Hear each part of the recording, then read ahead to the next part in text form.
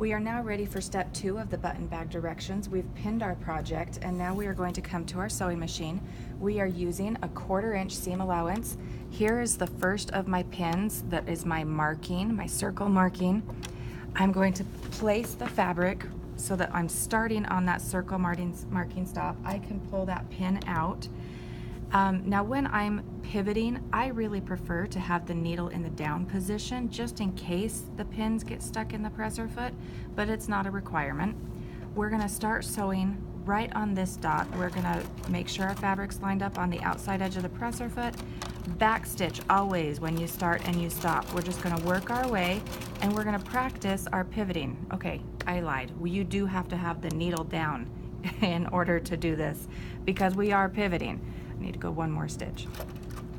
I'm pivoting when I'm 1/4 of an inch from that edge, and we're just going to work our way across. Now, this is one of the reasons why I like to have that needle down, because that pin was starting to get stuck in that notch on the presser foot. We're just going to work our way around. See, we're getting caught again. Sometimes you can go over it really easily and sometimes you can't. Another suggestion is maybe to pull the pin out just before you get to that spot. As we reach this corner, we are going to pivot once again. We're going to work our way around. As I'm pulling these pins out, I am putting them directly back onto the pin cushion. When I get to that corner, I'm going to lift up and pivot. I am working on my last long side now.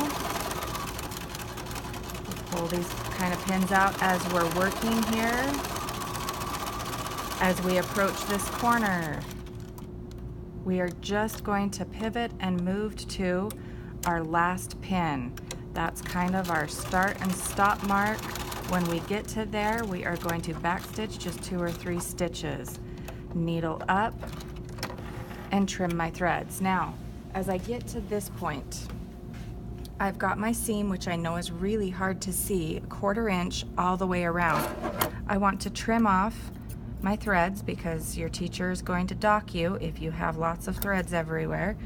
And I want to maybe just trim off these corners because we're going to flip this right side out, and these little corners are going to be stuffed with all of this excess seam allowance fabric. So if we just take a second and just trim off, making very careful that you are not getting too close to the corner. If you cut over your seam, you are going to end up with a hole. We just want to reduce the amount of bulk that's going to be on the inside, so we are just trimming off those corners. This spot where I didn't sew is my opening, and I am now prepared for step 3.